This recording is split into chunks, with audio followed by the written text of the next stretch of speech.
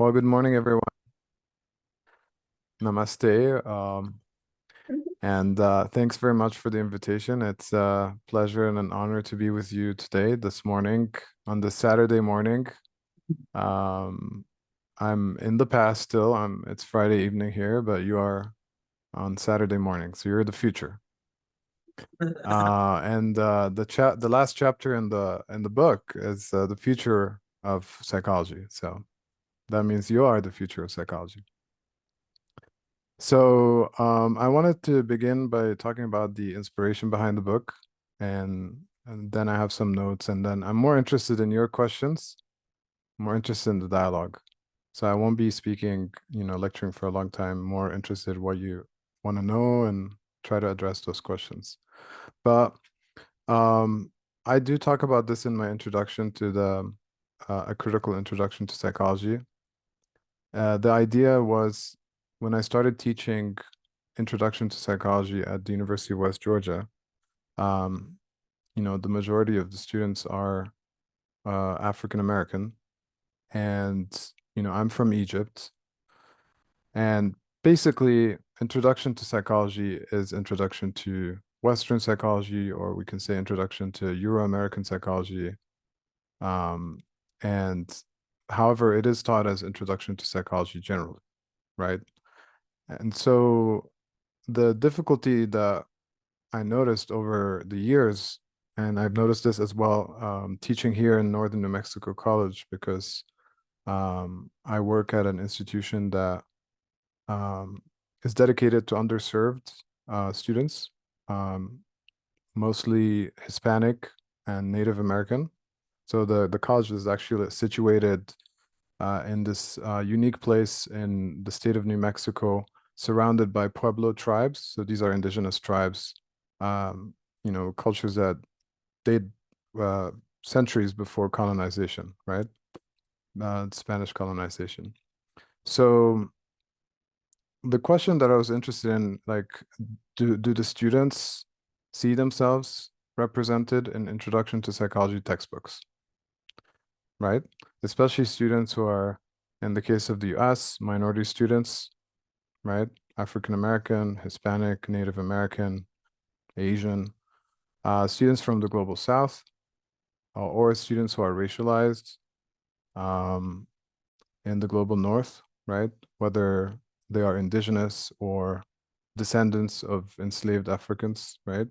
So the answer is, of course, that for the most part, they don't see themselves represented. And that's because, the field of mainstream psychology has a very much Eurocentric bias, and in terms of how it understands psyche and how it studies psyche and its definition of who is considered psyche to begin with. So to back up a little bit, I start with this question of psychology itself as a word. As you all know, the etymology, the origin of the word is the logia of psyche or psyche. So logia part, the word logic comes from the logia part. And logia could be translated in multiple ways. It's an ancient Greek word. Logia could mean study of. That's typically how it's translated. But it could also mean discourse. And that's the one I find more interesting, actually, because to say study of psychology, it's to say it's more scientific. And that is a way of sort of psychology trying to distinguish itself from philosophy, which is the longer, history of looking at and thinking about psyche. And so by saying discourse of psyche, it gives us agency as subjects around the world that what we say, what we experience, what we think, how we feel, all those things are relevant. It's not just the mainstream European psychology deciding what psyche is and how to study it, etc. So, of course, if we take a very reductive approach to what psyche is, like the original term meant spirit or soul. So for the ancient Greeks, when they were thinking about it, they were thinking in terms of spirit or soul. So more of a metaphysical, you can say spiritual understanding. over the years, after like probably a period of 2,000 years or more,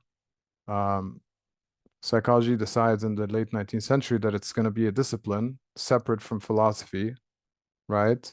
And it's going to think about psyche not as spirit or soul, but as mind, right? And then over time, it becomes brain. So it's you have the neuroscientific approach that looks at psyche in terms of brain. So the being, the human being is reduced to the brain. Of course, the brain is extremely important. The nervous system is extremely important. We should study it. So I'm not against that. What I'm saying is that we shouldn't reduce the human being to that. We should recognize its importance, but not say that the human being equals the brain or the human being equals the mind. So that would be the cognitive approach, right? So if we think about the discourse of psyche, I like to think of psyche not in terms of mind or brain necessarily, but more in terms of subjectivity. That's kind of my preferred conceptual approach. And that's because of how I think about subjectivity. So subjectivity for me is psychosocial, meaning that the subject is not isolated. We don't exist in a vacuum. We are psyches, but we are psyches in relation to other psyches and in relation to an environment, right? So we exist in a context. We speak a specific language or multiple languages. We come from a culture. We come from a background, right? We have a history. All of that constitutes our psyche, right? So when we think about the discourse of psyche, it would be absurd to exclude the psyches of, the billions of people in the global south or the psyches of millions of people who are marginalized in the global north. And those are the majority of the world basically are not included in the studies of mainstream psychology. Because if you think about it, most of the psychologists historically were middle class, they were white, they were male, right? And they studied basically themselves, right? So how do we study psyche? Typically, the mainstream approach is quantitative or experimental, right? But how can you study psyche in a lab outside of the context in which psyche exists, which is the world in relation to others, right? And that's why this question of the discourse of psyche is important. Language, speech, right? If we don't focus on that and just focus on the brain, it's in a way kind of dehumanizing, if you think about it. Again, it's important to learn about it, but the problem is when we reduce our being to that, to a part of ourselves, right? So who are psyches, right, that we're studying? And so that's the question that really motivated the book. So what I tried to do, and there are 14 critical psychologists that worked with me on this project. We tried to look at some popular introduction to psychology textbooks, because introduction to psychology is such an important course. If you want to think about ideology, it's very ideological in the sense that it's a course that's taught all over the world, pretty much in a similar way. You can probably, if you survey all the introduction to psychology courses, you can probably reduce it to 10 popular introduction to psychology textbooks that are taught all over the world, right?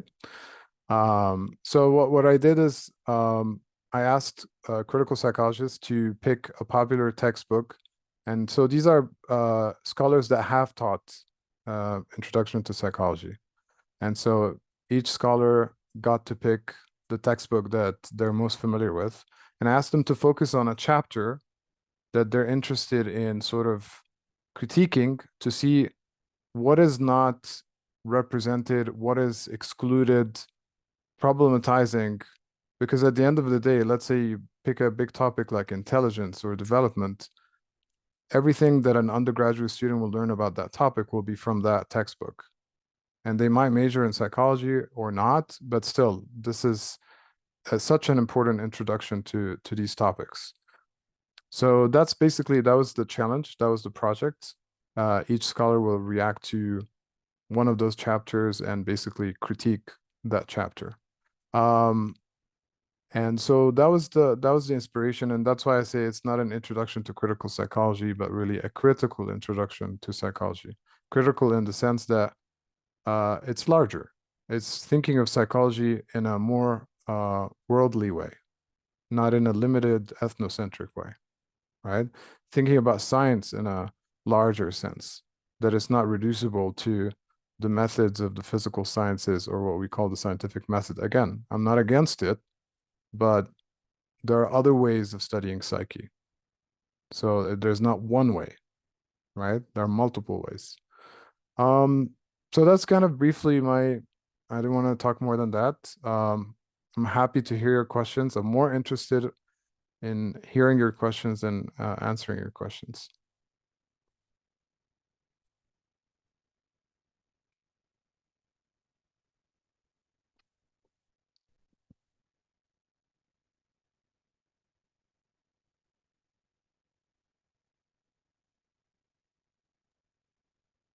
I can see some hands raised. Right. And they're muted, just so you know. So if you're talking, Oh, yeah, the hall. I just type it in actually.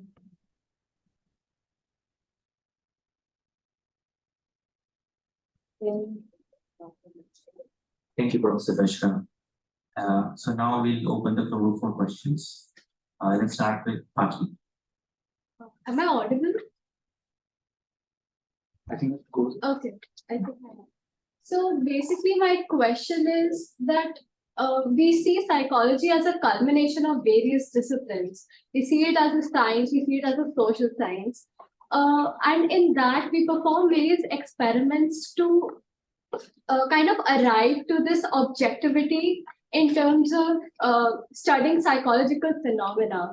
But when we study psychology in a very social context, how do we achieve the same level of results? And if not so, in a social context, how can we conduct similar type of experiments to gain knowledge about psychological phenomena? Thank you very much. I think for me, it's important to think of psychology as a human science and not as a natural science. So the natural sciences, obviously sometimes called the hard sciences or the physical sciences, include physics, biology, chemistry, etc. If you think about it, they're focused on studying matter mostly, right? And so they're studying objects in the world. The human being is not an object. The human being is a complex subject. And that's why we cannot study the human being in the same way that a chemist, right, would study, molecules or whatever.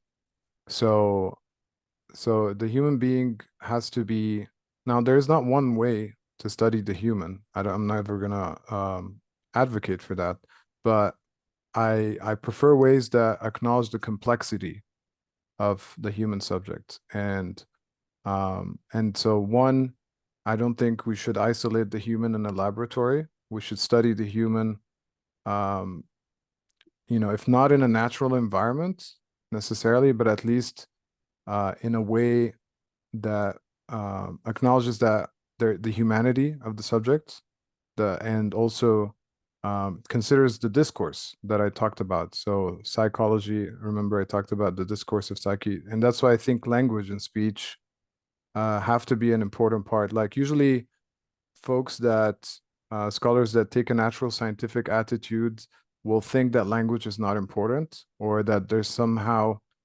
an objective or scientific way of studying psyche where language or culture doesn't matter.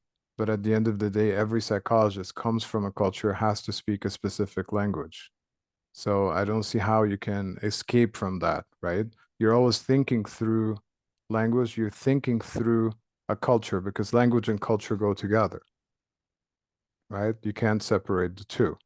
And so if you don't account for that, and you're trying to just think abstractly about psyche, then yeah, of course, we can look at different parts of the psyche, but we won't get a sense of the complexity of the human subject. I think we get a better sense when we focus on what people say. And that's why I think discourse is important. It's not the human is not reducible to it, but the best way to learn about someone's psyche is to talk with them, right? So that's how to study that. There are many approaches within qualitative research to do it. There's not one way. That is not to say that quantitative research doesn't have anything to contribute, because it has a lot to contribute. Ultimately, all of that is important. My personal bias is toward the qualitative approach, because I feel that it does capture complexity better.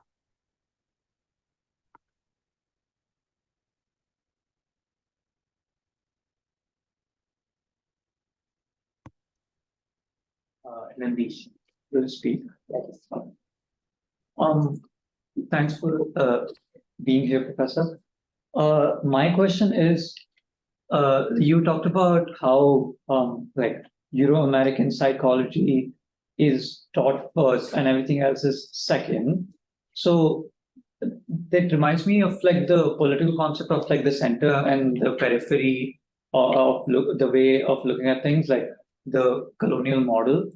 But at the same time, like afterwards, when you research through the lens of a different country, the scientific community pushes back. Like there is an inherent pushback because it doesn't align with certain ideals. If you're like Indian, Chinese, Japanese, and you research about a certain topic, there is an inherent pushback that happens. So how do you try to reconcile? Because when you learn intro to psych, it starts with the Euro-American ideal, and the field does to an extent stem from there, like the whole beginning of it to an extent. But at the same time, you become entrenched into that mindset. How do you recommend removing that entrenched Euro-American mindset? It's a great question. So I think, yeah, what you said about the center and the periphery is quite correct. So another way of thinking about it is global north and global south as well. So there are political, economic distinctions, right, that have to do with power. And there are also that tend to have a psychological dimension as well. So when you think about terms like developed versus developing world, this is not just a term that signifies economic development. It has a psychological implication. It is saying that those who are in the developing world are psychologically not as developed, right? Because that language of development comes from psychology. So that is saying that people in the global south are kind of children in comparison to Euro-Americans, right? They haven't caught up. So this is a way of exemplifying how we can be critical at the level of language, right? So you have to learn the thing that you're critiquing. So at the end of the day, we do have to get exposed to that Euro-American model, because, you know, the whole discipline begins, you know, in Germany. There's a specific history to it. I think the problem is when we internalize that as a universal. So there's no problem with studying it, because knowledge is interesting. I think I said this in the beginning. Psychologists supposedly study psyche, and then critical psychologists study psychology, right? So we kind of take some distance. We take a critical step back, kind of a meta position, think about the discipline itself, right? And the psychologists and who they are, what they're interested in, what they're saying.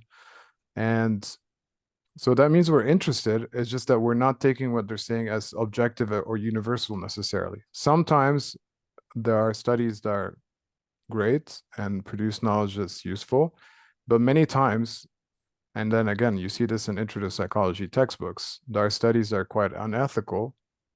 You know, so Milgram or Stanford Prison Experiment, et cetera, et cetera. I talk about those examples. That are taught us, these are the classic studies, in quotes, But why are they classic? They were very unethical, right? And if you did something like this elsewhere in the world, people would say that's barbaric or whatever, right? However, uh, these are taught as somehow objective and universal.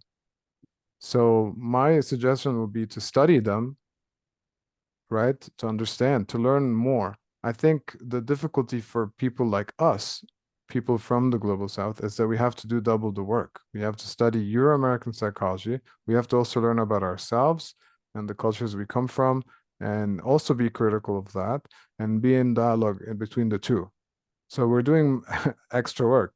You know, the Euro-American psychologists just study one thing, right? Whereas we have to study what they produce as well as critique it and come up with something new. So it's more work, it's more difficult. It's easier to just replicate the Euro-American model and internalize it and not try to challenge it.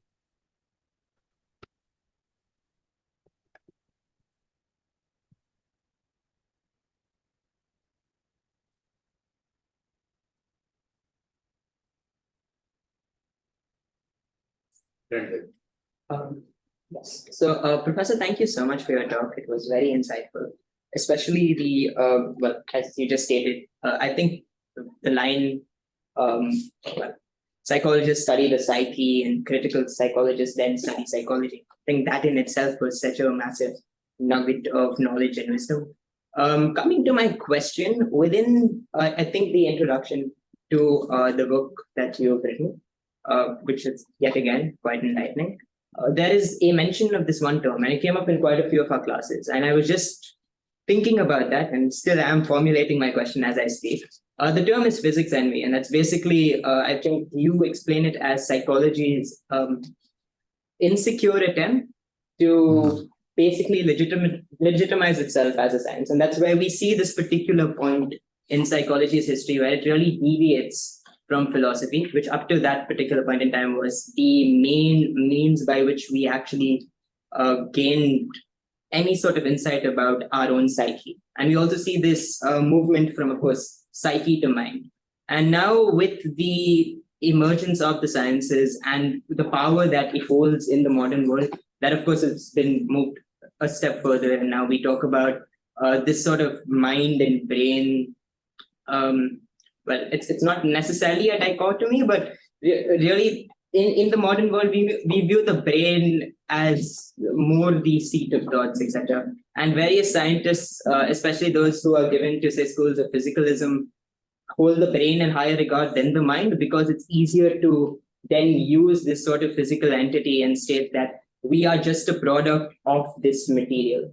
And that is, I think, what various neurologists, I'm not entirely certain whether it's all encompassing in the field. I'm sure there'll be exceptions. But the sway of sciences is so great that in the modern world, there's this idea of physicalism. So my question is, how do well, psychologists, or really critical psychologists for that matter, critique this particular aspect of how we are slowly trying to explain all of what it means to be a soul, a psyche, utilizing just this particular highly materialistic framework of physicalism?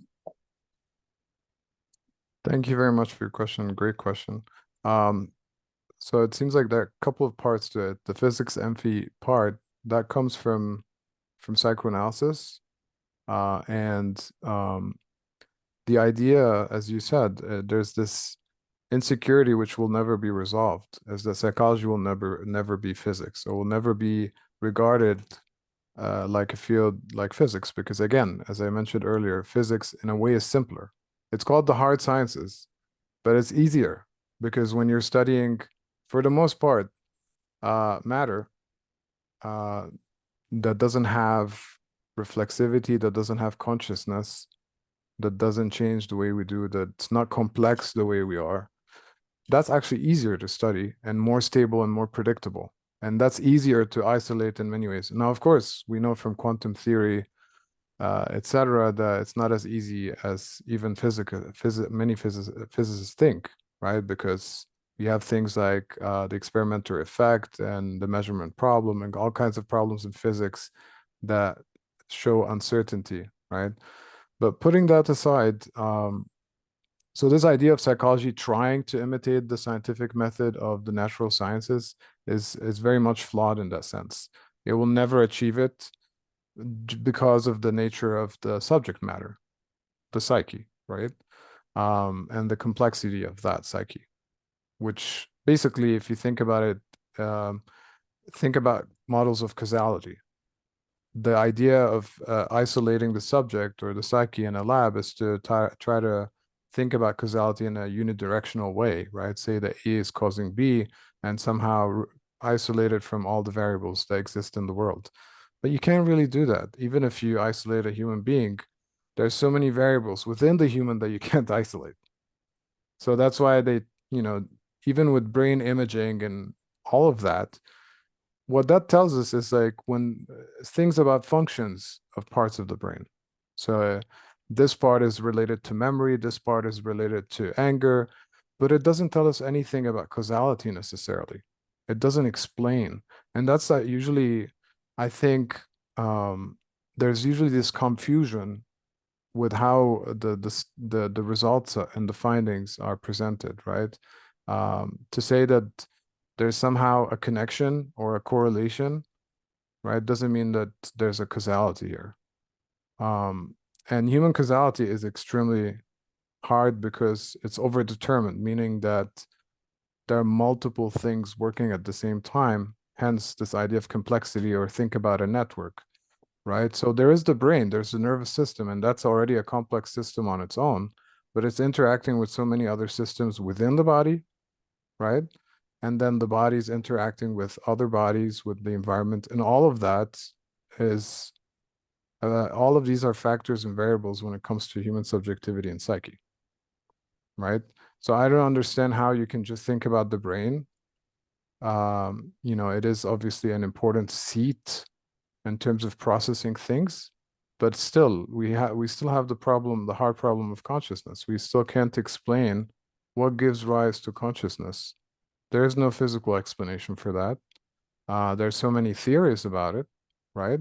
But there is no physical explanation that says, well, this is the part in the brain that's causing consciousness, and it explains how it works exactly, right? The hope of neuroscience is that someday we'll get there with advancements, etc., but I don't think we will, because the assumption is flawed to begin with. We're dealing with something that's way more complex. In fact, I think I do show this, and usually when I start intro to psychology, the complexity of the brain. The brain is like one of the most complex organisms in the universe, right? So that's what makes it interesting. Having said that, just focusing on it as the explanation doesn't really help us, because if it is the most complex thing in the universe that we know of, and think about that for a moment, right? How can we just isolate that as the explanation when we don't fully understand it? So the more humble approach is not to ignore neuroscience. Again, I think that research has to continue and is important, without the assumption that somehow we'll explain everything by looking at the brain. However, we can learn a lot that, obviously, especially in the field of medicine, more than psychology, right? That's the use there. But in terms of psychology, understanding things about ourselves, about our humanity, about why we do the things that we do, or what is it that we desire, or what is it that we enjoy? How can the brain explain that to us? Right? How can the brain explain to you why you enjoy something? Sure, you can say that certain neurotransmitters, right, are released and you're experiencing a dopamine rush or something like that, but does that really capture the specific experience of enjoyment, right, to reduce it to that specifically? I don't think so. It tells us that while you're enjoying this, this is happening in the brain. right? But that is not the same as saying this experience feels like that, and this is how it feels like to me, and this is how I can talk about it. This idea of meaning, right? And meaning, again, goes back to language and culture and all that. So in a way, we can think about that's what makes psychology so hard, is that we're trying to study, first of all, we're psyche studying psyche. So how can you, this idea of the observer or the researcher or somehow removing themselves when they're actually studying themselves at the same time, right? That's what makes it more difficult. And if you just study the other human as an object, that's where we fall into a trap. And that's the approach that I don't appreciate. And when we do that, we get unethical experiments in the history of psychology, right? Because if you look at the human as an object, right, not as a human, then we're going to torture this object to learn some things or do some things that are very uncomfortable, whether it's little Albert and experimenting on the baby. Imagine that baby is traumatized for life, right? You can't replicate something like that today. So it's a long answer, but I hope I got to some of your question. Thank you so much for the response. Arshia, did you have a question? Yes, hello, Professor. So my question was basically surrounding the whole idea of how gender can be viewed. I mean, we no longer have to conform to the gender roles or the gender identities that earlier were so sort of written in stone. I mean, earlier it was considered that there was man, there was woman, and everything else was in a way suppressed. But now we're at a point where people do not have to conform to these gender identities. But when we read about a lot of theories, when we read about a lot of psychological theories, what we see is that it's very man inclined or man focused, and there is no room for gender identity. There's no room for interpretation to how it would be for people who do not identify, within the binary. So in that case, like what do you think? Would it be a little redundant some of these theories and concepts, or do you think there's always room for change and? Okay, so let me make sure I heard that question correctly. So you're asking about gender conformity in psychology and whether the psychological theories apply to gender non-conforming individuals. Was that the question? Yes. Okay. Obviously, my answer would be that many of those theories don't apply because they were conceived by gender conforming scholars thinking about other gender conforming subjects that they were studying. So whatever knowledge they produce is specific to that group. So that is not to say that the knowledge is completely invalid, but it's limited and not universal. So the term, when I say pluriversal, it's a way of saying that, sure, you produce some knowledge that's relevant to you and to that group. It's not applicable everywhere in the world. That's the kind of colonizing approach, is to think that, well, if this applies to my subjectivity, then must apply to every subject in the world, right? That obviously is not necessarily how it works, right? And so the best way to study subaltern subjectivities is for these subjectivities to study themselves and then teach the world about themselves. Not because there's also the problem of, if you are not gender non-conforming and you're interested in studying this group, you don't really understand this experience.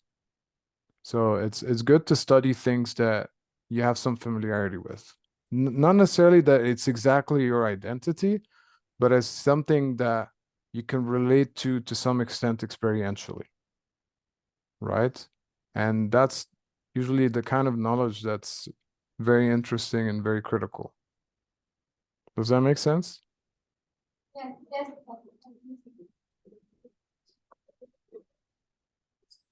Akshay. Hello, Professor. So my question was like related to the fact that when in your book as well, you mentioned about different models of racism and as to how they have inherent biases or they could have a lot of flaws which the researchers take account for. So my question was the fact that what if like the research is completely empirical and all, and it looks pretty good on paper, but the fact is like let's say we are talking about a topic like racism, and this study is completely done by white people. So do you think that could affect the outcome of research simply because at least this was also the thing that I was discussing with Professor Surya as well, that we feel that if you cannot experience that like that aspect that or like then that could affect the point of view as to how you're approaching the problem, irrespective of howsoever empirical or howsoever sound that research paper or that study would be. So what are your views on that? 100% scholars that should write about racism are scholars that have experienced racism. I mean, this is, again, my point is like scholars can be interested in anything, but they should pick things that, again, they can relate to and talk about that and not assume that that the knowledge applies to everyone, right? We have to be humble. And so, yes, the best psychologists to study racism are the psychologists that have experienced racism.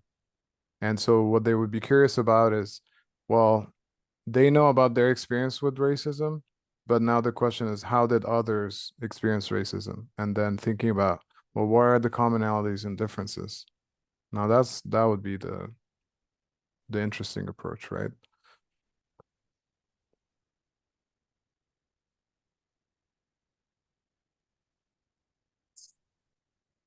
So thank you for your talk. So I just had a question that I think you kind of answered in the previous question, but I'll ask it anyway. So there's so much talk about universality in psychology, and it's such a win when someone comes up with a theory that encompasses, an experience that everybody has. But we see that it's been more of a Euro-American trend, and I feel like your book kind of reveals the flaws in the universality approach. But do you think that if we focus more on an individual experience or subjectivity or culture and marginality, it would make the subject less studyable per se? And how do we restructure the academic discourse and the way we study psychology to include contexts and differences and make it more inclusive for everyone without losing the relatability of psychology? Thank you very much for your question. I think we have to be honest in our language. It goes back to, again, discourse. So I talk about how Introduction to Psychology is really Introduction to Western Psychology, but we don't say that. So if we don't say that, we're lying by omission. Okay? That is not to say that it's not important to study Western psychology. It is. Right? But let's not pretend that when we say psychology, we mean psychology. That's what I'm trying to say. So my approach is to, okay, let's study Western psychology or specifically American psychology or whatever, but also let's think about psychology from different places. Let's think about psychology theorized by non-mainstream individuals, marginalized, subaltern individuals and groups. So it's not either or for me. It's both and. And that's why the concept of pluriversality is more important, in my opinion. which is that there's more than one universal, right? There are multiple universals. And so, you know, there are some universals that European scholars have produced that do apply to European culture. So they are universal in that sense, but they don't necessarily apply to everyone in the world. And then there could be some universals within Indian culture that don't apply to Europe, but apply to the Indian culture, right? Or Indian cultures, because, right, India is complex. And so both are important. It shouldn't just be India, it shouldn't just be Europe, right? So that's my point, is that we study this and that, but we shouldn't just study European psychology and forget about where we are coming from or where we're based. And we shouldn't just study where we are and forget about other cultures either, because that could be equally problematic.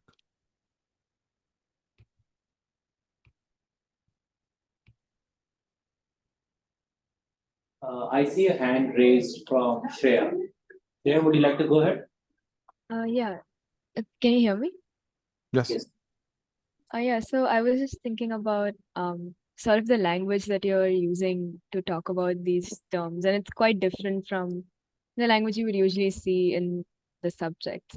And I was just thinking that how could we sort of introduce this, like sort of alter the language that we use in the textbooks itself to sort of include more of the kind of concepts you're talking about. Like, I think the first thing that comes to my mind is just when you call psychology like a science of the mind, or like a study of the mind, like how do we sort of include this narrative that every mind is in itself fragmented, and that you have almost like multiple minds in even one individual, or like a very multifaceted psyche almost. And so like just those kind of like, and especially the point you brought out about the fact that we're sort of studying the human as an object instead of a subject. And that like would hold as like even more relevance, because a lot of what we study in psychology is going to get translated into practice. So mental health practice is where most people are going to Exactly. end up going. And so you shouldn't end up, you know, having this perspective that if you studied someone as an object, when you go and practice and when you're in the real world, working with these individuals, like working really closely with the mental health of these individuals, you have the same language of objectivity that you are now incorporating into speaking like with these individuals in real life. So how do you think we could like work on the language of textbooks? And do you think that is the way to go? And if it is, then what can we really alter? And how do we like stop psychology from being so insecure about uncertainty and just realizing that they won't know every narrative out there? And sort of just, I guess that's my question. Thank you. I mean, if you, I think I'm glad you brought up the practical application, because that's really ultimately the most important part, and that's where you see the most damage from psychology, right? So when you think about, let's say, the therapeutic dimension or the clinical dimension, however you want to call it, what is the most essential aspect of that? When you're dealing with another individual, another human being who is suffering.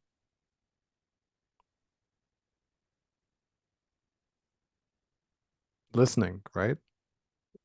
Right. When someone is suffering and they come to you and they are depressed or they're anxious or what have you, are you going to ask them to go do an MRI? So, I mean, you can, right? Or are you going to listen to them to try to figure out what is going on in their lives? What has happened in the history of this person, to really listen deeply to the person suffering, right?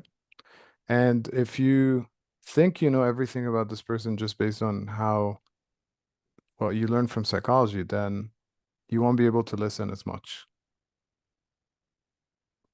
So this is kind of the paradox. And actually, this is something that's there's this concept in Buddhism, right? Zen mind, beginner's mind. Right? So in a sense, how to have a beginner's mind as psychologists. Because actually sometimes the more you know, the more harmful you can be. Not because knowledge is bad, but because the arrogance that can come from thinking that you know everything. Right? So to go back to your second question, what can we do? I mean, we can't do much because psychology is a beast. There's so many textbooks out there. I know some colleagues that ended up writing their own textbook as a way of their contribution to having an alternative textbook. So that's one approach, not against it. My approach really, which didn't exist as far as I could tell before this book, was to think, well, we've been taking these textbooks for granted for like more than 100 years, right? All we do is just update the textbook, this first edition, second edition, third edition, but we never really question, well, why is the textbook structured this way? Why is psychology defined this way in the textbook? Or why is it focused on those specific topics? And why is it studying those topics in that way? Because at the end of the day, that's the part I said, the ideological part. It's so prevalent that it's extremely hard to undo that. But at least by critiquing it, by showing the flaws and the gaps and the problems, when you re-encounter those things, you don't just accept it kind of as dogma, but you think about it. So when you see a definition, open any textbook and see how the first thing, how they define psychology, because that's usually the foundation of everything. You'll see something like psychology is the scientific study of mind, brain, and behavior, something like that. Right? So that's why I try to begin with my own definition, which is a little bit vague on purpose to be more open. When I say, for me, it's the discourse of psyche, it's to emphasize this dimension of speech, which I just pointed to when I talked about the importance of listening.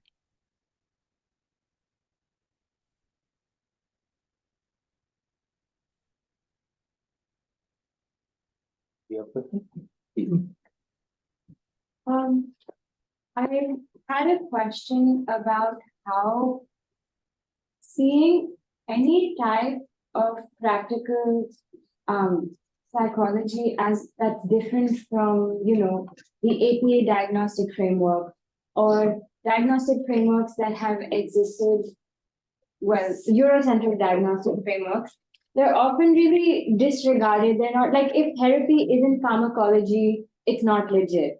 There's so much perception around how if there even within psychology, if treatment isn't conducted in a way that is mainstream, it is somehow less than, it is somehow alternative. It isn't like in the purview of it's yeah. So what do you have to say about that?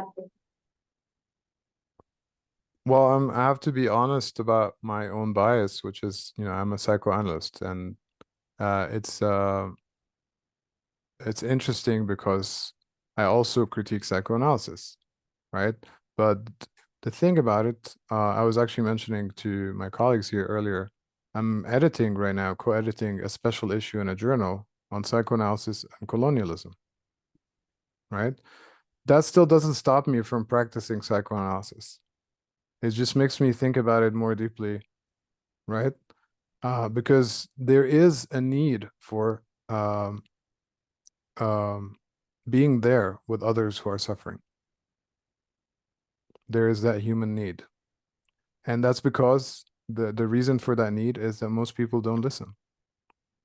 If you are suffering and you talk to your friend, they'll probably cut you, talk over, not really listen, right?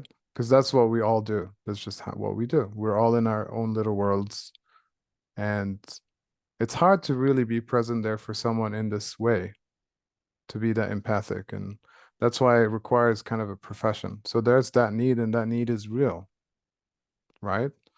The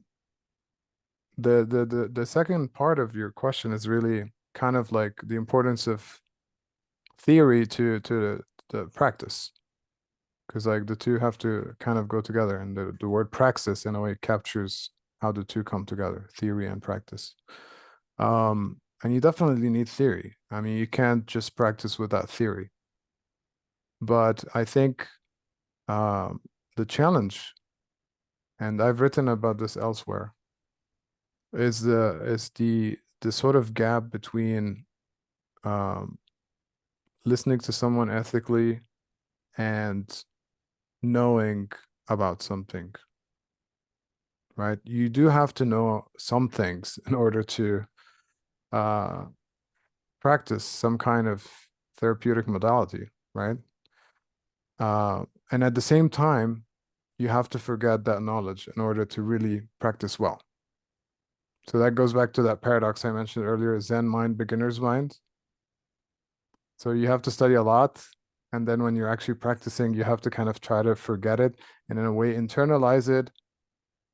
Not in a way that it becomes ideological, but in a way that doesn't distract you from listening. I don't know if that makes sense. It's very paradoxical, but I'm saying this from experience as well.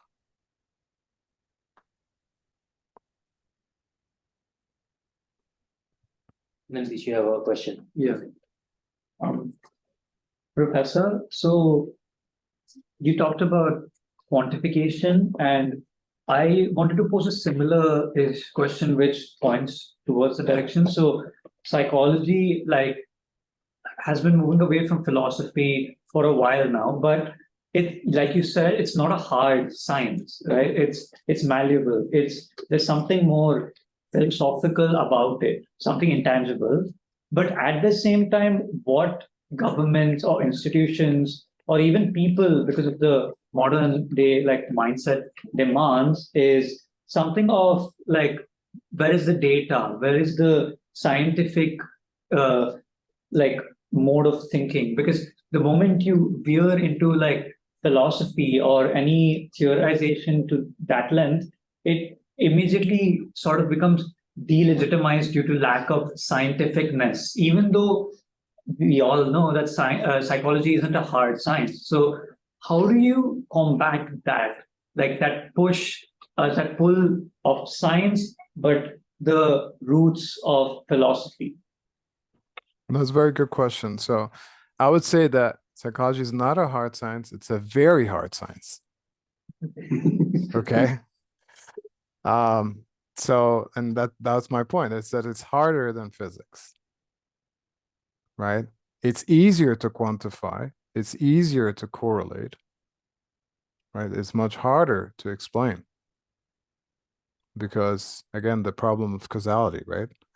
So, but the question of science is an important one. As I said, I see psychology as a human science. So the question of science is an important one, right? There's a whole tradition of what human science is, and there's also even a tradition related to India in this part of the world that's related to contemplative science. So there's been amazing studies done with, let's say, Buddhist meditators who, you know, were able to achieve serenity or happiness much higher than the average person, right? And they've done this through a scientific method, which is, you can say, meditation. So if you actually go back to the early history of psychology, introspection was kind of like that, but it wasn't as developed because there was no strong tradition in the West like meditation in, let's say, India or China or whatever. So we shouldn't disregard that. That's a science as well. So what is science? Science has to do with knowledge. Okay? Science has to do with methodology, how you study something, and if you study it rigorously. Now, if you're meditating every day, right, for a long period of time, it's a skill that you're going to develop. You're going to get better at it, and you're going to see results over time. So has anyone experienced meditation in the class? Just raise your hand. just out of curiosity. Right. So it's something that you're familiar with. It's an approach, it's a method. Why should we dismiss that as not scientific or as religious and spiritual only, when it obviously has an effect on the psyche and does something, and there's techniques developed and all that. I'm using that as just one example, right? My point is that science is important. There are human scientific approaches, human scientific methods that do exist, right? From phenomenology to what have you. So that exists. The point is not to limit our definition of science to the scientific method that was designed for the natural sciences. It was not designed for studying humans. But we have to think about human scientific approaches and methods that are fit for studying the complexity of humans, right? So we shouldn't dismiss science. We should always actually, I'm very interested in science, and I actually use empiricism in my work, right? So I do collect data, I do analyze data, I do that. But I'm dealing with qualitative data, which is more difficult. Again, when you're dealing with quantitative data, you're dealing with numbers. So already you've translated the human experience to numbers, and then you're just gonna look at statistical correlations and things like that. So you already went to an abstract level, very detached from the human experience, right? But what I usually study, I look at what people say, because I'm interested in speech, I'm interested in words. That's much more complicated, right? Than just looking at numbers in some ways. And so that's still scientific, because there's a rigorous method that you follow. There's still questions of reliability and validity, all those questions of science, right? So those things still apply, are still important. They could be redefined in different ways, and they are. But yeah, so yeah, the science is important. Science is about knowledge, and science is not reducible to the scientific method, basically, in short. I saw there's a question on the left side. Someone on my left, so B, I guess it could be your right. Oh, please.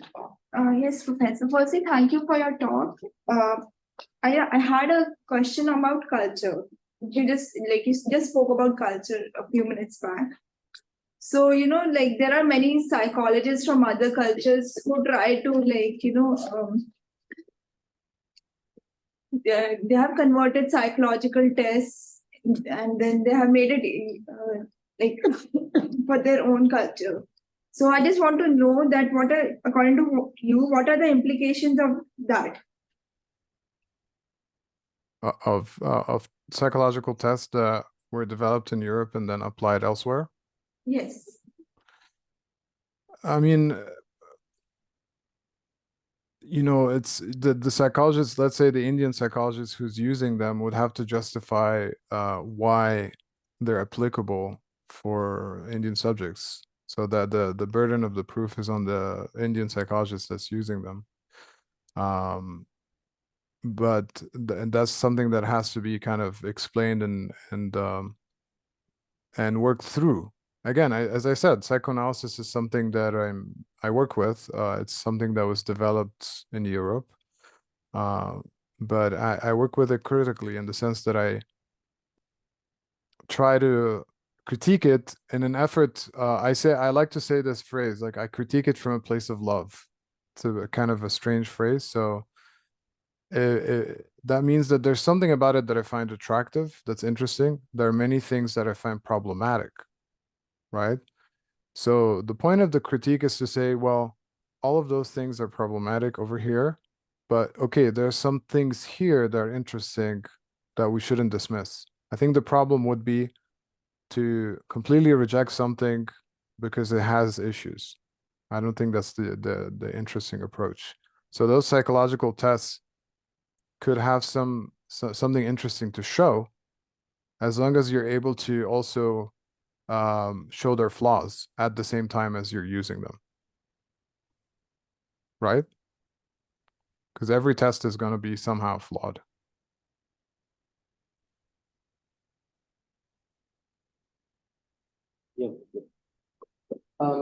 Professor, just a question. So, from your various responses thus far, and while you've been giving your responses, I've been thinking about what you've been saying, and well, you seem to be championing an approach that, according to me, is well, it seems to be heading towards a direction in which psychology is returning, of course, to its philosophical roots, and I'm conceptualizing it. I'm conceptualizing psychology now more as being a personal science as opposed to, say, a hard or very hard science. Because as we say start moving into cultures and yet again applying, say, trying to understand various psychological aspects within, say, a culture that isn't universal, as we basically move away from the universal into the particular, we keep going through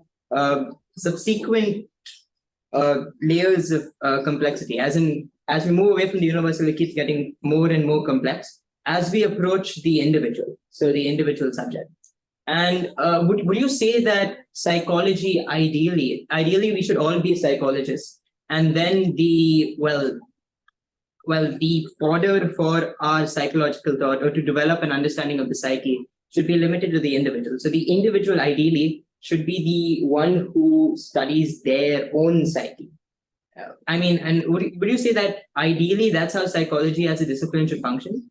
Because eventually, even if we look at, say, one particular culture and we're trying to understand how the psyche functions within that culture, you could always state that that idea that then emerges as the dominant idea within that culture isn't necessarily going to be one that everyone within the culture resonates with. So then again, that becomes the necessity for yet again zooming in even further into subcultures that develop within that dominant within that culture, and yet again trying to proffer a understanding of the psyche, and then we're basically just zooming further. So the question, I think, just boils down to: is the best method of studying psychology, according to you, studying it as a personal science? I love that question, and I think you're touching on something real there, which is the dimension of singularity, right?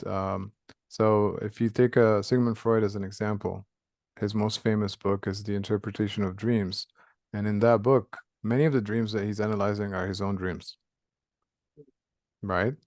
Or dreams that were told to him, shared by patients or by even relatives or friends. And he even talked about self-analysis, right?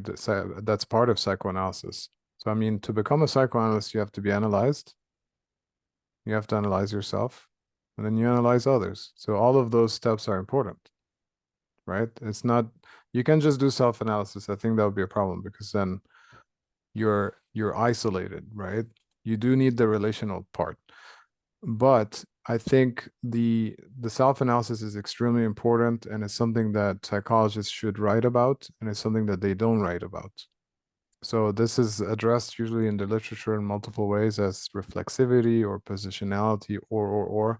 The point being, the psychologist should reflect on where they're coming from, what is their position, what is their relationship to what they're studying. All of these things are important. And you can just, I think the problematic one would be the psychologist that writes something as if they don't exist, as if they don't have interests, right? And that's most psychological studies are kind of written in that way. But there's a human being that got interested in a topic for a reason, right? And it's important for the reader to know that. Who is this human being? Why are they interested in this? Don't you think? So that question is an important one, but it shouldn't be the only one. Thank you. But yeah, I agree that it's important. Krea. Shreya, would you like to go ahead? Yes, sir. So I kind of had two questions. So one of them, it's like a little background to this next question is that so I'm a fourth year student, and in my last year I did a capstone research, And it was like I also did an analysis of intro to psych textbooks and intro to clinical psych textbooks, and it was for like the representation of queer trans identities in the textbooks. So I kind of like was very interested in the methodology that you adopted in your book to sort of critically analyze these chapters. So if you could speak a little more on that, it would be great. The methodology. So the methodology, I mean, I had a few prompts. Actually, let me see. And I wanted to actually, I forgot to answer another question, which was about philosophy. You're right about the return to philosophy to some extent, but in my view, it's philosophy, it's important, history is important, theory is important. My point is, we should think in a transdisciplinary way. We shouldn't just think within the ideology of psychology. We should think about psychology in relation to many other things. So that's kind of like the way I think about it. But for the second question, I gave 2 questions to the scholars, and basically I asked them to pick a chapter in a textbook that they're interested in. So it would have to be a topic that they're familiar with, that they have some kind of expertise in, so they can write about it, and then sort of look at that chapter and analyze it, and then critique it, and in a way sort of offer an alternative vision. So let's say if you focused on memory and you studied the chapter on memory in a popular textbook, and how that's usually framed within a cognitive framework, right? In a specific way, there's a specific model where memory is presented in terms of long-term memory, short-term memory, etc. Can we think about memory in a different way, right? So first you have to kind of show that you understand what are the key arguments in the textbook, right? Kind of summarize that and critique, but also, can we understand memory differently?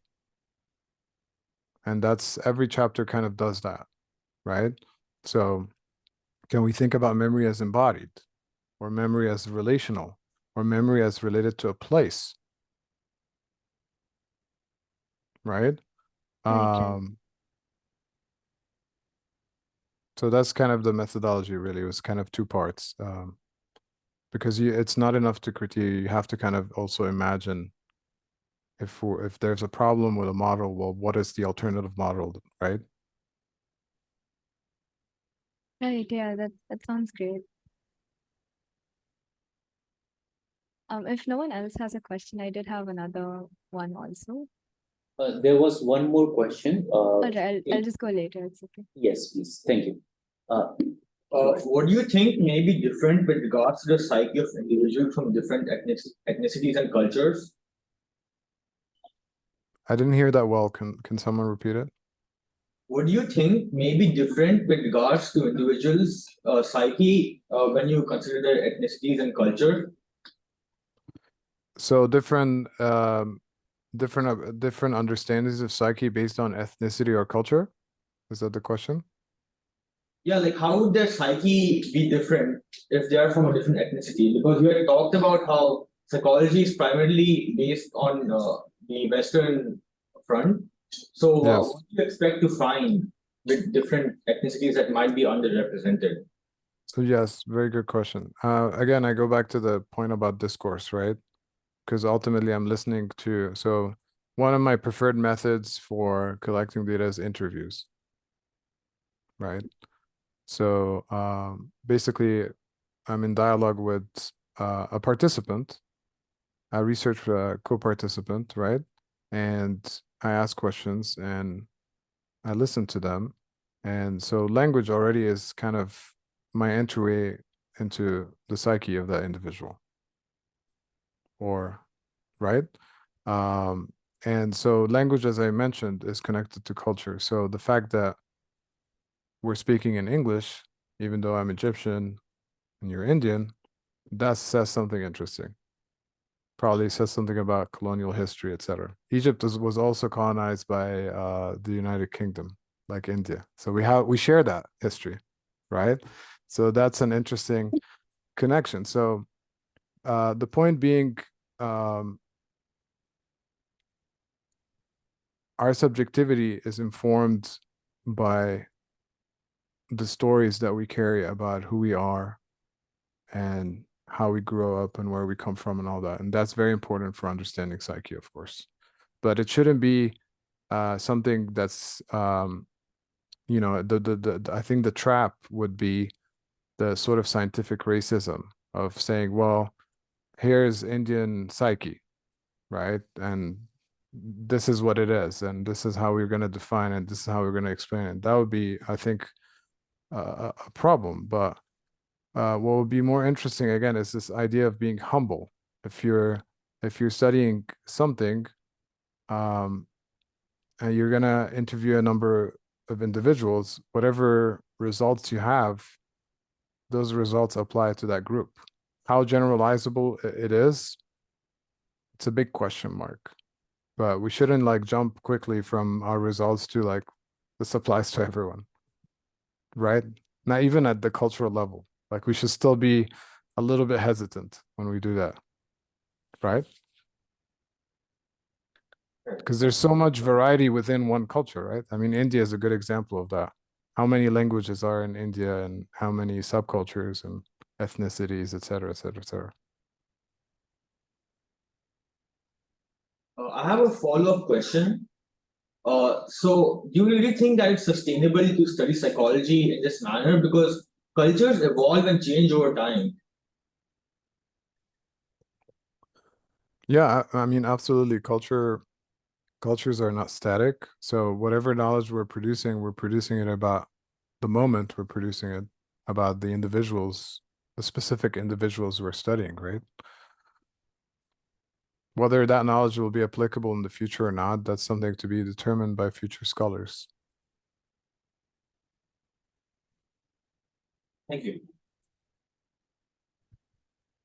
Shreya, would you like to go for your question now? Yeah, so my other question was that so like discourse, when we're talking about it, it's not just in the academic setting, right? So like I kind of wanted to know your views, especially as a psychoanalyst, on sort of what you think about the like general dissemination of the psychology concepts to like popular discourse, I would say, like pop psychology particularly, and sort of how do you even if you were able to sort of critically work with academic curriculums, textbooks, and just how you teach a course, how do you also ensure like the proper dissemination of this kind of knowledge, this kind of perspective in popular work, where it's the catchiness that really gets like gets a work put out there way more than some other, for example. Can you reframe your question just to make sure I understand it? Yeah. So I guess just sort of like how do you also navigate the like the kind of psychology or the kind of psychological perspective that you put out in popular discourse and not just academic discourse? Okay. One aspect of your question, the first part was related to gender, right? Like as in the previous question I asked? Like sort of like how this language of psychology is gendered or something like that? Is that the Yeah, just more so how we can sort of work with the language that we use in our discourse to present these kind of perspectives. Yeah. Outside of the discipline? I didn't mean that necessarily that time, but I think my question now is more to do with what do you do outside the discipline? Because psychology is one of those subjects that there's the most discourse on in like popular culture or just the common like social media also. And right. So just sort of how do you navigate the image of the discipline there as well? Yeah. I mean, I guess there's this problem of psychologization, right? And applying psychological concepts, and we use this in everyday language all the time, right? So you find many people self-diagnose. You'll hear many people say, you know, I have OCD, and then they will say it with pride as if like that's something cool. So psychology language is everywhere. Yeah, exactly. That's how prevalent it is. And that makes our work harder, right? One of the things can give you kind of a practical example. When you're working with an analysand, they actually want to know the categories that apply to them, right? Because they want the diagnosis, they want the categories, and as the psychoanalyst has to resist that, and that's really difficult. But there's a real need to try to be a bit more vague, again, to give room for speech and for free association, etc. Because once you put the category, it limits everything. And that's why I said this point about Zen mind, beginner's mind. Because of course, when you have to study all those categories and you have to learn all these concepts, and then you also have to forget about them. Right? Right. And that's the difficult part is you're listening to someone and in your mind you're categorizing, and that's something that we do automatically. That's actually kind of a problem of perception, right? You look at an individual, your brain is already categorizing that person in terms of ethnicity and race, etc., etc., etc. And then when you start hearing them, then you have other categorizations, right? So perception already automatically does that. And so there's a problem at the level of perception, even before the level of popular discourse and psychologization and all of that. So it's quite complicated, and this is the reason why there's so much racism in the world, etc. So we have to kind of, going back to one of another question, this question of self-analysis is important in this place here, and reflexivity, and this is where it becomes important to sort of take a distance from ourselves and reconsider. You can't, there are many processes that happen automatically that you can't really override. So when you look at a person, yeah, you automatically react a certain way based on your biases and what you know and all the assumptions and all of that. So you have to recognize that. You can't avoid it, but then think about it as opposed to accept that as real, right? So that's where you have to kind of question yourself. Right, yeah, thank you. You're welcome.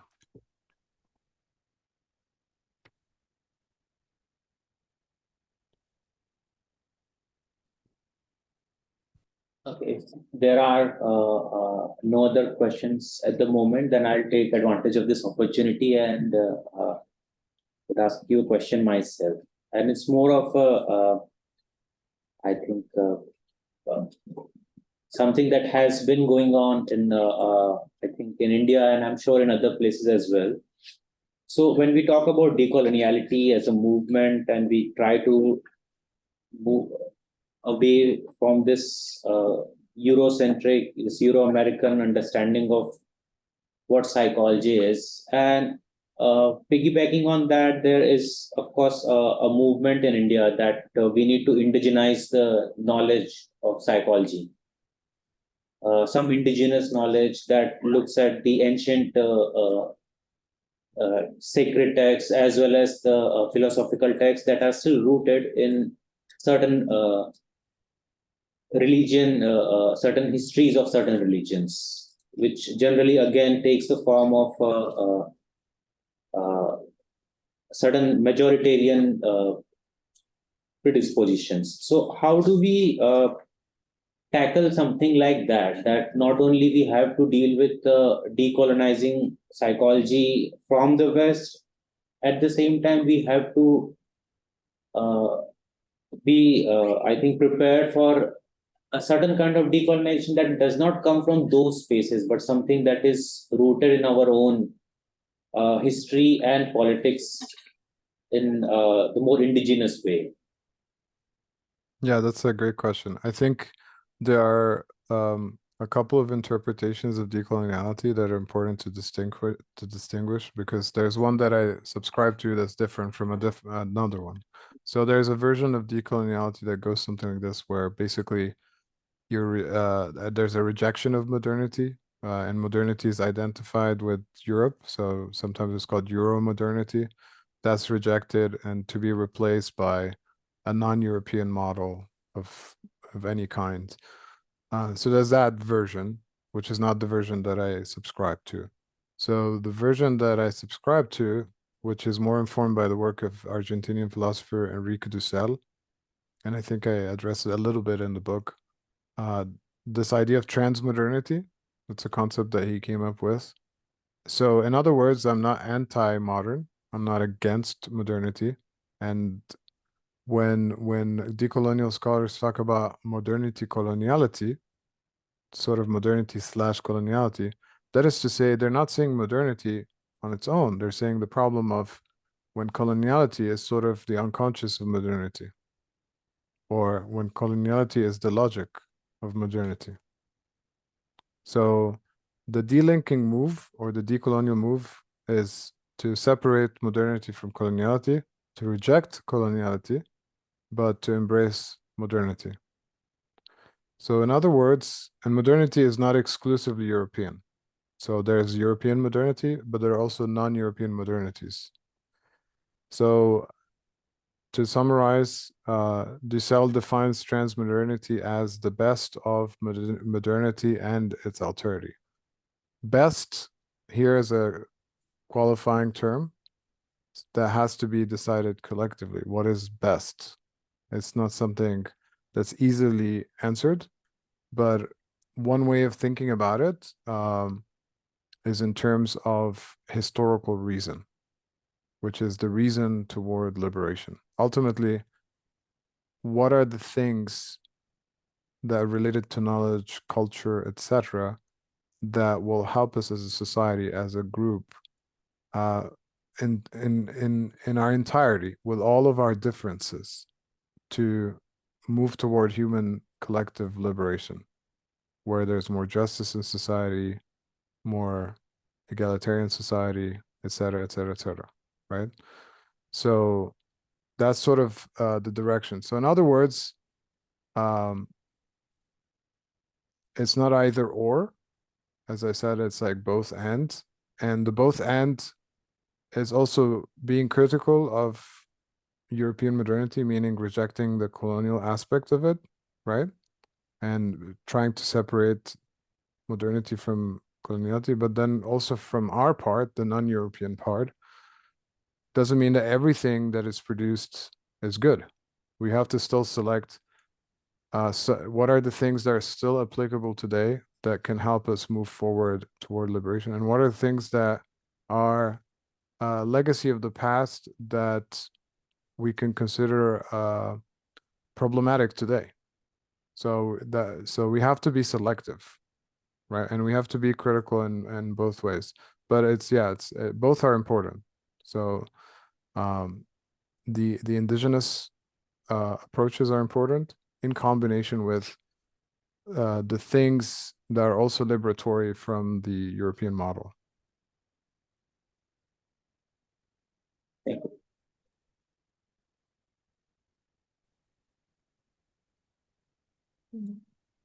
So I think we have had a fantastic conversation. We have had some great questions and great answers, and I would like to thank all those who raised their questions, and particularly Professor Beshara, who took the time and effort to respond to us and give us his valuable time. And yeah, it's on my that, pleasure.